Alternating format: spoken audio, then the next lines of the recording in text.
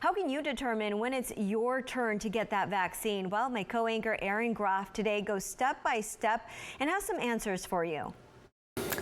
We've been getting a lot of calls and emails from people wanting to know how and when they'll be getting the COVID-19 vaccine, and we hear you. So I searched for answers today. Right now, we are still in phase 1A. Those are healthcare workers, skilled nursing facilities, and medical responders.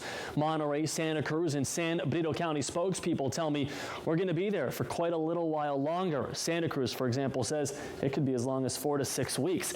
That's why we want to know the logistics now, because as we move into phase 1B, that includes some of the general population, like people older than 75, ag workers, and teachers. So we want to know when it's your turn, where will you go to get the shot? How will you be notified? So let's start with what the state says. Coordinate with your healthcare provider. Getting your shot will likely come down to your doctor, your insurer, or pharmacy notifying you or reaching out to them, just like you would for any other vaccine. But the State Vaccine Advisory Committee does say they have 2 ways to check eligibility now.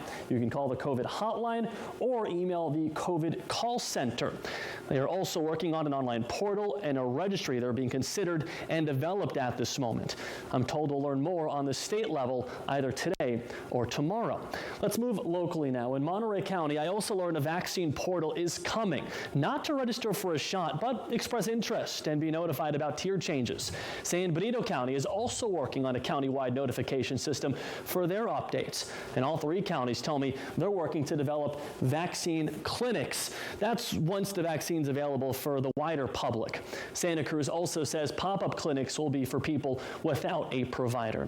But unfortunately, we are still a little ways away from all of that as the state works to add more people who can administer the vaccine and in turn speed up the process. Because according to the CDC, California is ranked 41st for the percentage of residents with that first dose.